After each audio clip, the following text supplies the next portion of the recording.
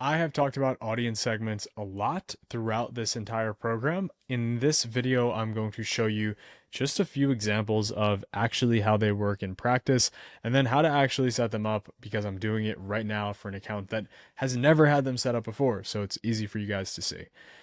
First things first, we're just going to hop into a different ad account. And while I get into that ad account, I'm going to show you why these breakdowns are so critical. Okay, so as you can see on my screen right here, I'm going to look at really the last 30 days of performance for this brand. And in the last 30 days, we've spent $57,000 and we've returned at a 4.68. Now that sounds great. It actually is great. But the thing that needs to be understood here is what percentage of this total spend is going to existing customers versus engaged customers versus completely net new customers who've never heard of us before. The way that we can identify that is by clicking breakdown and audience segments. Now, I know I've gone through this before, but I just want to explain the significance of this. The key part here is that we're now able to see that of the 57,000, we spent 6,000 on existing customers. We've only hit our existing customers on average, or excuse me, not on average. We've only hit our existing customers with $6,000 of the 57K total spend. So that's around 10%. Over a 30-day period, we hit our existing customers 21 times, a little high, but not that bad. And then more important than that, we are spending the majority of our cash on new audiences and engaged audiences. New audiences, which we're going to define in a second, are going to be net new, never interacted with us before. Engaged audiences are going to be people who have visited our website or added to cart or engaged with us on Instagram and Facebook, depending on your category if you're allowed. Now, the key of all of this is very simply that we know where the cash is going. We now know our targets per cohort. We know that new audiences returning at a 4 is bonkers. We know that's so good. We also know that existing at a 6 is very solid, but it probably could be better for this brand. The other piece of this is that as you build out the proper M3 structure with exclusions in place, what will wind up happening over time is you'll have campaigns, for example, this is their prospecting CBO. Now, you might look around here, and I know you guys can't see the campaign names, but you might look around here and you might see there's a mix between engaged and existing and stuff. You're always going to have a little bit of overlap. You're always going to have, that's why they're called swim lanes, right? They're called swim lanes because technically the audiences could fall into different places. We're not strict excluding everywhere. But generally, you're going to have a little bit of crossover. Most of the time, you will be spending in the right place. For example, in this prospecting campaign, we hit our engaged with $268, our existing with $100, and our net new audience is at 4,300, right? So it's very clearly aimed to net new audiences.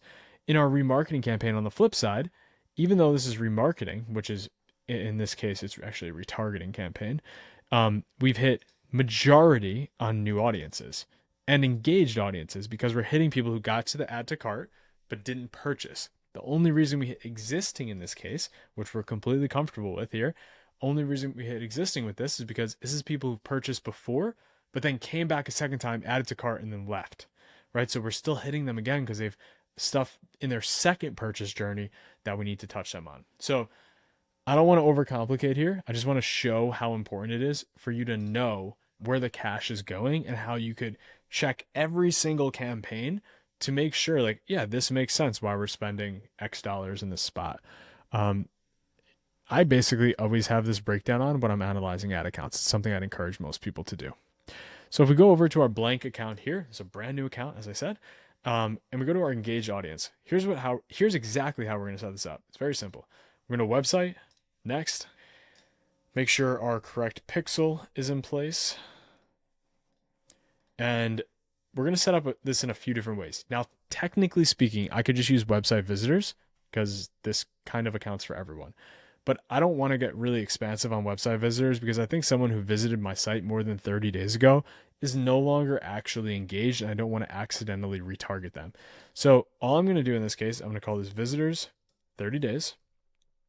We're going to create that audience, and it's automatically going to push it right into here. The next piece that we're going to create is going to go back to website. We're going to change this from visitors, and we're going to use the add to cart event, and we're going to change this to 90 days. Now, 90 days adding to cart is still a really long time. Do you remember a product that you added to your cart on a different website 90 days ago? Probably not, but it's a high engagement point enough that I feel confident in calling that person engaged if they come back again. So we're going to do add to cart 90. And then this is just for extra coverage at this point. To be honest, you really don't need to do this, but we're going to do initiate checkout 90. Okay. I call this IC 90. Really, really simple. Cool. So now in our engaged segment here, we have add to cart 90, initiate checkout 90, and visitors 90. The next part is our existing customers, and then we're going to go back into our engaged customers here in a second. Existing customers here, we're going to go website, next, and we're going to get purchasers in here, and we're going to do everyone. 180 days is the maximum we can go, and we're just going to call this purchase 180. Straight up. Very, very, very simple. Okay. Now, the beautiful part about this is the way that this works is existing customers takes priority, engaged customers takes the next priority, and anyone who's not either categorized as existing or engaged automatically goes into the new category. The next thing that you're going to want to do here is you're going to want to take your CRM and plug in your customer data here. So in most cases, the really great part about this is that in most cases, you're going to be able to find your existing audiences in here. So instead of creating a custom audience, you're going to be able to search for your existing audience, and you'll be able to search based on the Klaviyo audiences that we have in the advanced operations tutorial. You'll be able to see your Klaviyo purchasers in here as well. So I should be, oops, that's actually supposed to go, excuse me, in the existing customers for all-time purchasers, okay? What I would encourage everyone to do is create the same add to cart, initiate checkout, visitors 30. I'd encourage everyone to create this same thing for your Klaviyo audiences as well. So create in Klaviyo your add to cart 180 or your add to cart 90, your initiate checkout 90, your visitors 30 days. That is just doubling down to make sure in case the pixel missed it, Klaviyo is sending those profiles also here to just double down on the clarity of the data.